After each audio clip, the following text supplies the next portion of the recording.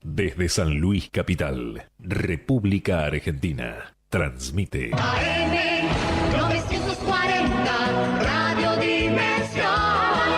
Una música, deportes y la fiel información. AM 940, Radio Dimensión. Vamos a entablar comunicación telefónica, una comunicación internacional, porque tenemos del otro lado a Alejandra Ortega. Ella es periodista, dueña de un medio de comunicación, vive en Michoacán, en México, tiene 44 años, es casada, tiene un hijo, y bueno, y estamos con ella. Hola Alejandra, ¿cómo estás? ¿Me escuchás bien? ¿Qué tal? Buenas noches. Pues muy agradecida y un gusto poder charlar con nuestros amigos de Argentina. Bueno, un gusto. La verdad que a nosotros nos encanta escuchar la tonada mexicana. No sé cómo nos escucharán ustedes a nosotros. Sí, también con una tonada, pero también nos encanta. Bueno, me alegro un montón. Bueno, estuvimos en comunicación, le cuento un poco a la audiencia, básicamente porque estaba viajando para allá, para México, la doctora Chinda Brandolino, que salió en nuestro programa, a quien conozco personalmente, Sí. y hemos tenido un montón de diálogo y charlas, y vos le querías localizar porque iba a ir para aquellos lados. Contame un poquito Así es. qué está sucediendo en México, ¿no? Porque supongo que es por el tema de la ley por el tema de la ideología de género, que es una avanzada en toda Sudamérica. Es correcto. Pues en México, a pesar de que ya tiene algún tiempo que está penetrando poco a poco esta ideología de género, empezó en la Ciudad de México con el aborto, la legalización del aborto. Sin embargo, pues a pesar de que sí hubo gente que no estaba muy de acuerdo, me parece que fue todo como tan rápido que hubo muy poca pues capacidad de reacción. Entonces, bueno, eso es lo que ha venido pasando, pero pues no pasó esta ley en todos los demás estados del país. Y actualmente, pues lo que estamos viendo es que a partir de este nuevo gobierno, que apenas el 1 de diciembre va a cambiar, pues estamos viendo muy preocupados muchos mexicanos que se está dando impulso a esta ideología de género de varias formas, ¿no? Quiero comentar que entre la gente que trae Andrés Manuel López Obrador muy cercana es Olga Sánchez Cordero, que será la próxima secretaria de gobierno, que es el segundo puesto más importante después del presidente. Y pues para ella no es nuevo este tema, porque ya desde que era ministra de la Suprema Corte de Justicia, impulsaba los derechos reproductivos y los derechos para parejas homosexuales, entre los que está, pues, ustedes saben, el matrimonio y con ello, pues, la posibilidad de la adopción, lo cual realmente preocupa porque, pues, se está dando prioridad a los derechos de los homosexuales y no los derechos de los menores, que son, bueno, finalmente los que deben de prevalecer, porque el derecho del menor, pues, es a tener un padre y una madre. Es decir, se busca complacer en todo a la comunidad LGTB por encima de cualquier otra cosa. Esto, francamente, me parece que pues es una dictadura de estos grupos que son minoría. Sí, acá también estamos viendo algo similar. Estamos Sí. aquí con Andrés, que es especialista en familia, próximamente licenciado en familia, ¿no? Y Eliana, que te presentó, que es la compañera Sí. que tengo, locutora y periodista y aparte maestra de alumnos. Así que te van a ir preguntando ellos también a ver si lo escuchas bien. Sí, creo que sí. Buenas noches, Alejandra. Buenas noches. Lo que estás diciendo es el interés superior del niño. Las leyes siempre tienden a proteger el interés superior del niño, y no es que los padres tengan derecho a tener hijos, sino que los hijos tienen derecho a tener padres. Cuando Es los hijos correcto. pierden los padres por alguna circunstancia particular, lo que se busca es reemplazar a eso que han perdido, es decir, a un padre y a una madre, porque todo el desarrollo psicoafectivo del niño está centrado en esa biunidad, en esa unidad de dos. Cada uno va a aportar Sí. diferentes riquezas.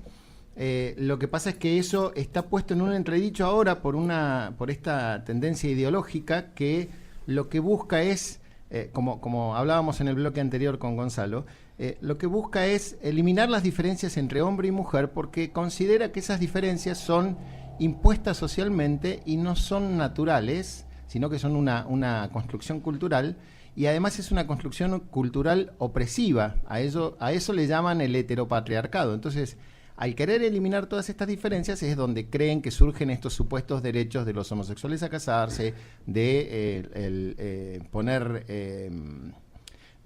darles en adopción a los niños, etcétera, etcétera, cuando en realidad los niños necesitan una figura masculina y una figura femenina para su pleno desarrollo psicoafectivo. No sé si estás de acuerdo. Por supuesto, me parece que es indispensable que los niños tengan estas dos partes, ¿no? El padre y la madre.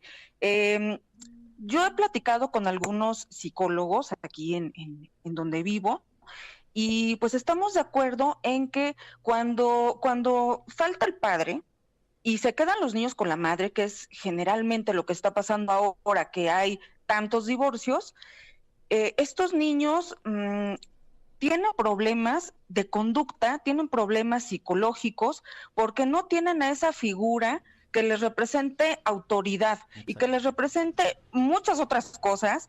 Y lo que vemos ahora son hijos de estas madres solteras que pues carecen de una identidad sólida, ¿no? Muchas veces, y no quiero generalizar, pero sí se dan muchos casos de hijos que se vuelven homosexuales, ¿no? Por la falta de esta figura que es indispensable. Sí, estábamos hablando de algunas estadísticas que yo tuve que escribir, terminé de escribir un libro sobre las crisis conyugales el año pasado, y puse al principio las estadísticas sobre el impacto de los niños en los niños de las familias monoparentales o de las familias divorciadas, y le cité en el bloque pasado, le cité un montón de estadísticas a Gonzalo y a Eliana, pero te leo algunas rápido, pero el 71% del abandono escolar es de niños sin padre.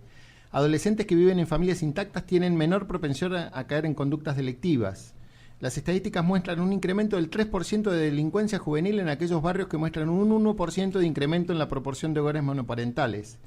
Los niños de entre 10 y 17 años viviendo con dos padres biológicos o adoptantes son significativamente menos propensos a experimentar violaciones, maltrato infantil y otros tipos de violencia mayor.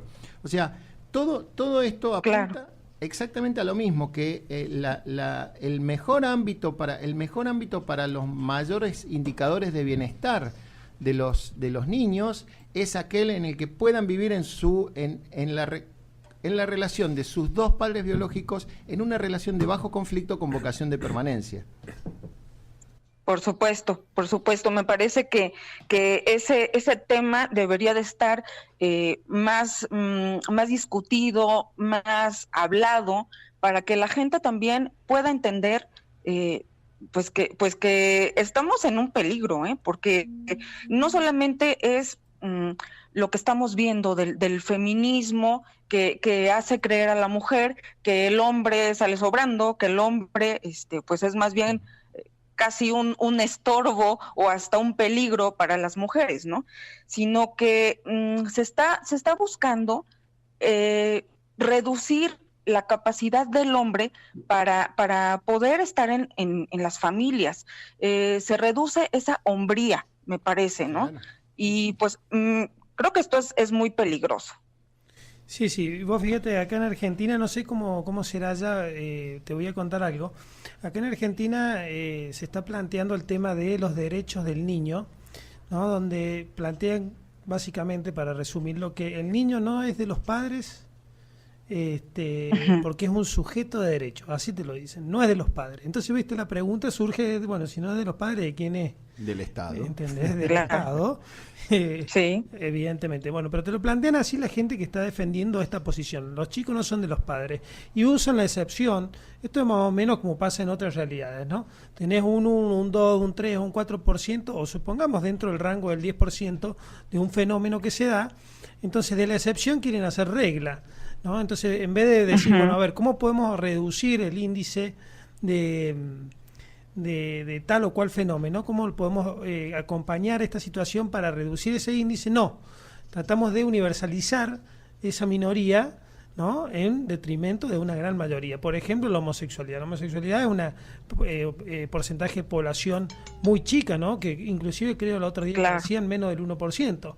Entonces, de repente ahora, por una cuestión de no discriminar, ¿no?, de que te lo plantean por igualdad de derechos, para que todos estén incluidos, en definitiva terminan haciendo una política de homosexualizar a la sociedad para defender Definitivamente. para defender esta minoría. En todo caso, me parece que habría que avanzar por otro lado, que sería, por ejemplo, decir, bueno, vamos a brindarle, vamos a castigar la discriminación en el mal sentido de la palabra, porque discriminar, el otro día charlábamos, es una operación básica de la inteligencia.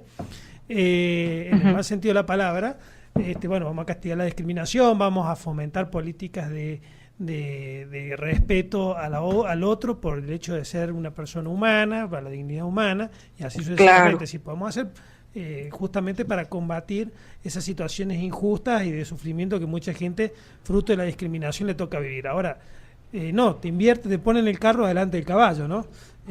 Quieren Así es. homosexualizar a la sociedad para que respetemos, ¿no? Porque básicamente ese es el planteo que están haciendo acá, por lo menos. Sí, yo tengo una tesis, disculpa Alejandra lo interrumpo a Gonzalo. Yo tengo una tesis que consiste en lo siguiente. Esto es una guerra, como le dice el Papa Francisco, es una colonización cultural que lo que busca es minimizar, digamos, el efecto. A ver, antes se hacían guerras. Actualmente lo que se hace es buscar disminuir al varón, que generalmente fue el protector en la sociedad y que tiene ese rol por su mayor tamaño físico y por su mayor agresividad, y denigrarlo de forma tal de que no pueda defenderse.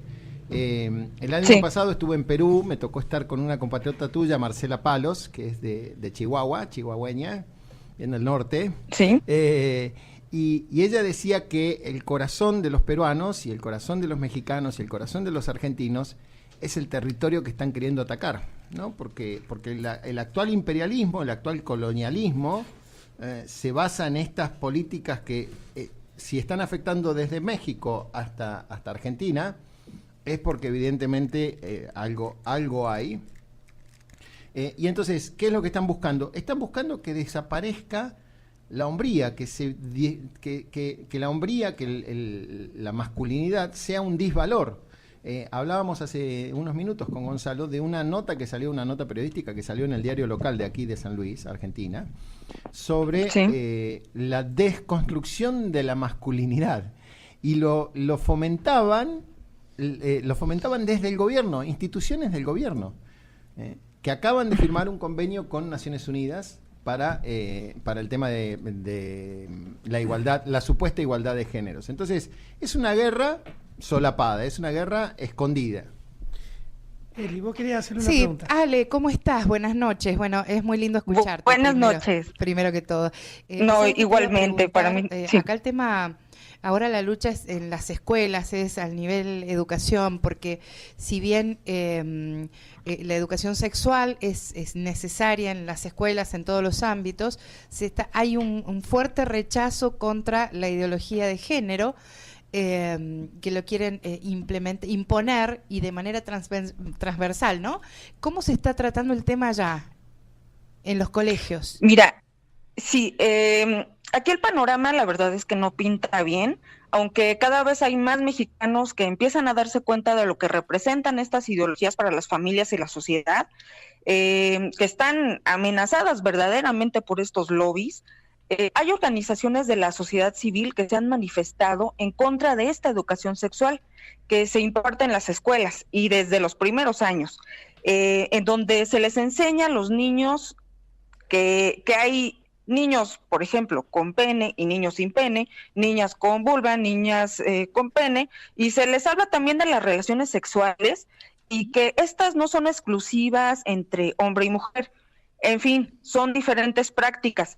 que para ser sinceros, pues van muy poco a poco metiéndose en México, porque bueno, también hay que recordar que nuestro país sigue siendo católico y una parte importante de los ciudadanos son más bien conservadores, pero me parece a mí que el camino, pues ya está trazado, ¿no? Parece una tendencia difícil de revertir, ¿no es cierto? Y vos, esto es una pregunta que seguramente nos la hacemos todos. ¿Cómo crees, aparte de que la sociedad civil, por supuesto, se tiene que salir a manifestar y a oponerse a esto, realmente cómo crees vos que se puede frenar? ¿Cuál es tu visión, tu opinión? Me interesaría muchísimo.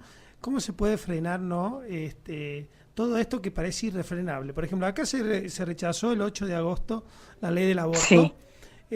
Gracias a Dios se rechazó, pero ya inmediatamente el otro día la gente que lo venía impulsando dijeron, si no sale este año, sale el año que viene o el otro, ¿no? Entonces es como que se dan por ganado, dan por ganada la lucha ellos. Y yo creo que parte también del éxito que tienen ellos es que como tienen la plata, e inclusive los medios políticos, por lo menos acá en Argentina, porque los partidos políticos se prestan a estas cosas, ellos dicen no, contra esta estructura. Es más, ellos se vieron sorprendidos ante el fracaso de que la ley no saliera ahora en agosto de la Cámara de Senadores. Pasó por las dos cámaras, que en Argentina es diputados Cámara Baja y senadores Cámara Alta, y en diputados por muy poco, con una gran actuación, según gente que estuvo cerca, de lobistas de organizaciones internacionales operando. La verdad, no hay, por supuesto, prueba de esto, pero lo que uno ve es que hay mucha plata invertida para que estas cosas salgan. ¿Cómo crees vos que podemos frenar, aparte de una cuestión de manifestación popular? Creo que en la primera instancia sería una manifestación popular, pero creo que hay que hacer otras cosas. Sí, bueno, a mí me parece que lo más importante y lo que tendríamos que estar haciendo, bueno, ustedes, yo lo sigo y yo veo que lo están haciendo, pero aquí en México nos falta, que es la información. Difundir la información real de lo que está pasando, como ustedes lo hacen. Es decir, hablamos de lobbies, hablamos de mafias, porque pues la realidad es eso. Nuestros países están endeudados con esos que nos están imponiendo esta ideología de género y muchas otras cosas. Esos son los que finalmente nos están atacando. Entonces, de pronto los gobiernos no pueden hacer mucho porque pues están comprometidos con esos poderes fácticos, ¿no? Pero la gente debe de saberlo y debe de entender qué cosa es lo que está pasando y por dónde vienen estos ataques, para que de esta forma sea más fácil que la gente pueda asumir una acción, pero bien pensada y bien analizada. Porque también me parece que ahora es está muy complicado que la gente analice, porque estamos en una era digital y del internet que ha provocado generaciones de ciudadanos que solo consumen lo que se les da ya digerido, y se ha perdido esa capacidad de razonar de manera más profunda en temas como estos. Eso nos hace presa fácil de cualquier ideología, por absurda o perversa que sea, ¿no? Sí, eso estamos totalmente de acuerdo. La poca capacidad de análisis, porque el conocimiento tiene que apoyarse en otros conocimientos. Esto es algo que los especialistas en el tema de educación lo saben sobradamente. Entonces, cuando vos tenés personas que no tienen una buena formación en los valores y por qué esos valores realmente son importantes.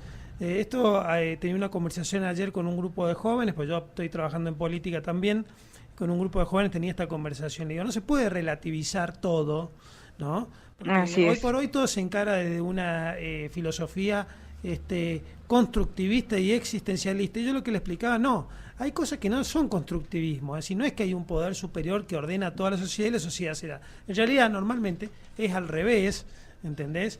Y se van afianzando. De hecho, cuando uno estudia Derecho, por ejemplo, se habla de la tradición o del uso y la costumbre también como fuente que informa el derecho, ¿no es cierto?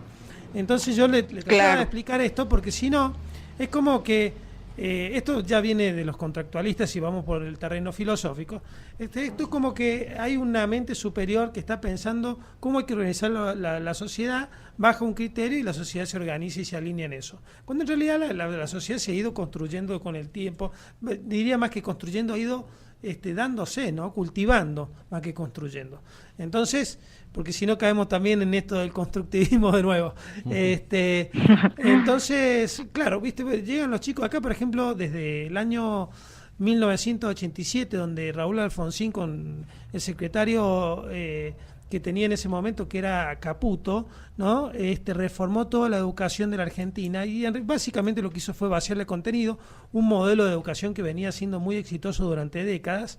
Los vació de contenido, dijo que fuesen contenidos libres, muchísimas horas. Entonces tenés chicos que llegan, por poner un ejemplo, ¿no? Y el embrutecimiento de los medios de comunicación, fundamentalmente de la televisión. Pero los chicos llegan, viste, muy blandito a la universidad y de repente te encontrás acá en Argentina con universidades donde tienen todo el pensamiento de izquierda, que están influenciados por la escuela de Frankfurt y bueno, así nos va, ¿no?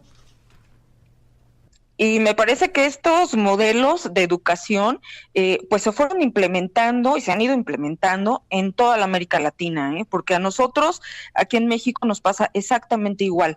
Es adoctrinamiento lo que más bien están recibiendo estos muchachos y estos niños en lugar de una educación pues de calidad, que se supone que era lo que todas estas reformas que hemos tenido en México pues pretendían. Pero pues lo que vemos es que la realidad es adoctrinamiento y sí es cierto, incluso tenemos aquí casos, ¿no? de universidades muy importantes como la Universidad Iberoamericana, como la Universidad ITESO en Jalisco, son dos universidades muy importantes, universidades jesuitas. Y bueno, estas promueven también ideología de género y tienen, por ejemplo, baños incluyentes, en donde pues se pueden entrar hombres, mujeres, bisexuales, homosexuales, lo que sea. Y entonces estamos en los ciudadanos que sí queremos una educación de calidad, estamos entre lo que el Estado nos da y lo que estas universidades jesuitas, que son pues de las más caras, pues también nos están dando. Sí. Sí, eso a mí me llamó la atención. Estaba en conversación, esto fue ayer o antes de ayer, con una persona que está en Canadá, argentino, cursó filosofía, no me acuerdo si el doctorado de la filosofía política, él es licenciado en filosofía política o el doctorado en psicología filosófica, hizo un doctorado, y él me dice que él iba a una universidad también confesional católica, que está claro que la Iglesia, por lo menos desde su cabeza, se opone a esta ideología. Sin embargo, en estas universidades, como la que mencionás vos, jesuita, están contaminadas con esta doctrina. Voy a hacer un chiste eclesiástico que dice que hay 3 defectos en la ciencia divina. Es un chiste que cuentan los sacerdotes, ¿no? Que hay 3 defectos en la ciencia divina, es decir, que Dios tiene 3 cosas que no sabe. Una es cuántas congregaciones femeninas hay en el mundo, no tiene ni idea Dios, porque surgen como hongos después de una tormenta. Otra es cuánto dinero tiene el Opus Dei, que es una broma que se hacen entre eclesiásticos que dicen que el Opus Dei tiene mucho dinero. Y la tercera cosa que no sabe Dios es en qué andan los jesuitas, ¿no? Los jesuitas son los que más han descarrilado, a pesar de tener un papa jesuita. Sí, lamentablemente están muy ideologizados. Yo estaba al tanto de lo de ITESO y la verdad es que es vergonzoso la respuesta de las autoridades, la absoluta falta de algún tipo de, no digo de sanción, pero sí de llamado de atención para lograr que haya claridad por lo menos en el mensaje. Claro. Y acá tenemos otro problema, tenemos una dificultad, y es que hay muchos que no ven el peligro de la perspectiva de género como ideología impuesta, y hay otros que no lo quieren ver, específicamente no lo quieren ver, porque tienen miedo a lo políticamente correcto, a la influencia que puedan llegar a perder en la sociedad, a que se los persiga. Hace mucho tiempo me tocó ir a dar una conferencia a otra provincia, y de la municipalidad desde la municipalidad, me quisieron censurar antes de escucharme. Ni siquiera me habían escuchado, ya me querían censurar y me amenazaron con una denuncia al Instituto Nacional contra la Discriminación, que lo que hace es perseguir a cualquier opositor. Entonces, lo que está pasando en todo el mundo es que, como esto es una ideología, se impone solamente por la fuerza de la ley. En Canadá, por ejemplo, el Bill C-16, la ley que se implementó el 27 de octubre del año pasado, el 27 de septiembre del año pasado, indica que cualquier persona que no llame a una persona transgénero de acuerdo a su sexo percibido, con pronombres inventados, porque no son los pronombres he, she, que tiene la lengua inglesa, sino se o de, o no sé cómo, no me acuerdo qué otro pronombre, puede ir preso por discurso de odio. Es increíble, y lo que comentabas de los baños, incluyentes. Es increíble porque por un lado busca que hayan en los trenes hayan carros separados para hombres y mujeres para evitar el acoso, y por el otro lado, en el lugar donde están mostrando sus intimidades, los ponen juntos. O sea, es muy contradictorio, y sin embargo es lo que se está imponiendo en todo el mundo. Sí, definitivamente me parece que la contradicción es lo que distingue a la ideología de género, ¿no? Todo contradictorio, no tiene una razón de ser, porque no es biológica, es cultural. Exacto. Aunque los últimos pasos de la ideología de género, pues es muy complicado esto, porque se habla de contrasexualidad. Es decir, la ingeniería social va más allá de lo que hemos estado hablando comúnmente, de la pedofilia, incluso se habla de contrasexualidad. Es con lo que culmina esta aberrante agenda, ¿sí? ¿Y qué cosa es? Pues pugna porque ya no existan los sexos ni los géneros, solo cuerpos hablantes. Alguien que me explique eso.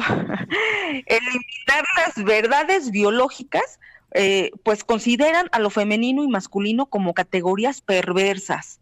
Claro. Vean ustedes.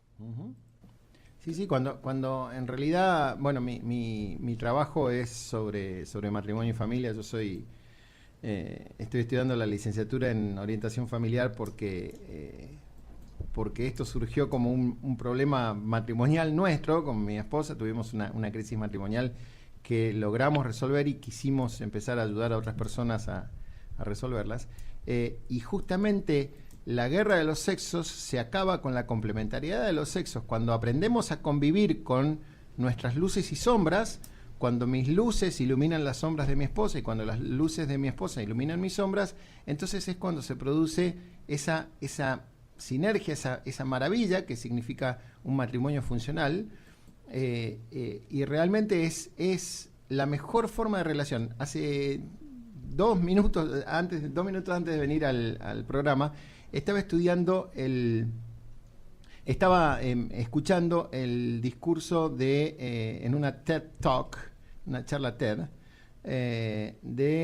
no me puedo acordar ahora el nombre del catedrático que la hacía, pero era un catedrático de Harvard que está conduciendo el estudio más largo sobre la felicidad humana, que lleva 70 años investigando a 700 hombres y sus respectivas mujeres y familias de los orígenes más bajos y más altos de Massachusetts, ¿no? Y la conclusión a la que llega es que buenas relaciones hacen buenas vidas. Es decir, buenas familias, la familia de origen es la que va a marcar el mejor resultado de la vida de esas personas. Entonces, evidentemente, si no nos damos cuenta de eso, si no nos damos cuenta que protegiendo a la familia estamos protegiendo a la sociedad, claro, estamos en un camino brutalmente equivocado. Ale. Definitivo, y me parece que parte de esto pues el objetivo es la disminución de la población, Exacto. ¿no? Que tanto se ha hablado de eso, y bueno, cuando ya leemos toda esta agenda que contiene y hacia dónde nos lleva, pues es a la destrucción de hombre y mujer, es a no tener hijos y pues no sé, ustedes creo que también lo están viviendo un poco allá, pero esta situación también de las caravanas de migrantes que llegan a los países y vienen, pero sí como marabuntas, también es parte de eso, ¿no? Es una agenda bien compleja, muy compleja. Y por eso mucha gente me parece que duda de que sea real, porque la verdad es que tantas cosas son tan descabelladas, pero existen, y ahí están y las estamos viviendo. Sí, eso es una gran verdad, porque vos sabés que acá en las últimas 2 semanas algunos mediáticos influyentes, porque son muy vistos y plantean que no existe la ideología de género, o sea que es una invención nuestra para atacar esta ideología. Sí. ¿No? Y lo simpático es que mucha gente compra eso, si no existe ideología, bueno, pero a ver, ¿en qué basas tu opinión? O sea, y no hay forma, porque nosotros decimos que ideología es todo aquello que nos tratamos de apoyar en la ciencia, ¿no? En la biología, en la endocrinología, en la psiquiatría, en fin, en distintas ciencias que dicen claramente que hay la raza humana como mamífero, que es, como muchas otras razas, existen 2 especies, que es varón y mujer, ¿no es cierto? Y que eso informa todo el ser de la persona. Por supuesto que en nuestro caso, que somos seres racionales, es mucho más complejo que en el caso del reino animal. Pero justamente lo que uno tiene que buscar, me parece, es la unidad personal. Es decir, si yo naturalmente tengo una información natural, ¿no?, que me configura como varón, si también me desarrollo afectivamente y psicológicamente en la misma dirección de lo que me informó la naturaleza, voy a ser una persona, me parece, un poco más equilibrada que una persona que va en contra de la naturaleza, ¿no? Por eso en el manual de psiquiatría, que eso no lo dicen, todavía sigue figurando la homosexualidad como disforia. Perdón, la disforia de género sigue figurando como trastorno mental. Es un trastorno de identidad, como hay otros trastornos de identidad, y sí, como dice Gonzalo, acá el problema es que cuando hay una ideología no importa la ciencia, lo que importa es, me hace acordar mucho al diálogo de Humpty Dumpty en Alicia a través del espejo, cuando le dice una palabra no puede, Alicia le dice, una palabra no puede significar tantas cosas, ¿no? Están hablando del significado de las palabras, y dice, una palabra no puede significar tantas cosas porque si no, no significa nada. Dice, acá lo importante es el significado de las palabras. Y Humpty Dumpty le contesta, muy desdeñoso, le contesta, una palabra significa lo que yo quiero, y aquí lo que importa es quién manda. ¿Bien? Y en este momento lo que nos están queriendo vender es que quien manda dice que el sexo biológico no tiene ningún tipo de influencia sobre nuestras conductas, sobre nuestros comportamientos, sobre nuestras relaciones, y que todo eso es una construcción social. Y para evitar que se discuta eso, se tienen que implementar leyes cada vez más restrictivas sobre estas discusiones, porque en cuanto se empieza a discutir se nota el sinsentido absoluto, ¿no? No, y bueno, y justamente, sí, ¿no? Esa es la contradicción, ¿no? Hay que ser amplio, inclusivo, tolerante con el otro, y cuando uno plantea esto, porque justamente no responde a un orden, o sea, ni siquiera respeta un orden lógico, bueno, esta es parte de la falta de lo que hay, está la censura y la violencia. Te agradezco muchísimo la comunicación y nos vamos a mantener en contacto. Yo agradezco mucho que me hayan permitido charlar con ustedes, con los argentinos que nos escuchan, y pues con mexicanos que también nos están escuchando. Qué bueno. Muchas gracias. Tenemos que ver la posibilidad de hacer algún... Claro, de replicar por ahí, de empezar a trabajar juntos, Ale. Perfecto, me encantaría, claro que sí, a la orden siempre. Lo vamos coordinando, y por ahí, qué sé yo, ponemos algún bloque del programa donde, y también al revés, también al revés, es decir, no necesariamente salir al mismo tiempo en los 2 programas, pero por ahí vos en un bloque, porque por ahí tus horarios son otros, me decís, mira, tal día, tal hora, Argentina, lo trabajamos junto a ese bloque, y bueno, y a tus órdenes, estamos acá para acompañar, y también lo podemos hacer al revés. También es interesante visualizarle a la gente que lo que nos está pasando a nosotros no pasa acá solamente, ¿no? Y que Es correcto. yo lo que digo, cuando empecé con este programa siempre lo dije, cuando un mismo fenómeno pasa al mismo tiempo es porque alguien está moviendo esa agenda. O sea, no es fruto de la casualidad, de una iniciativa espontánea y natural donde todos salimos, qué sé yo, por decirte, el colectivo LGTB sale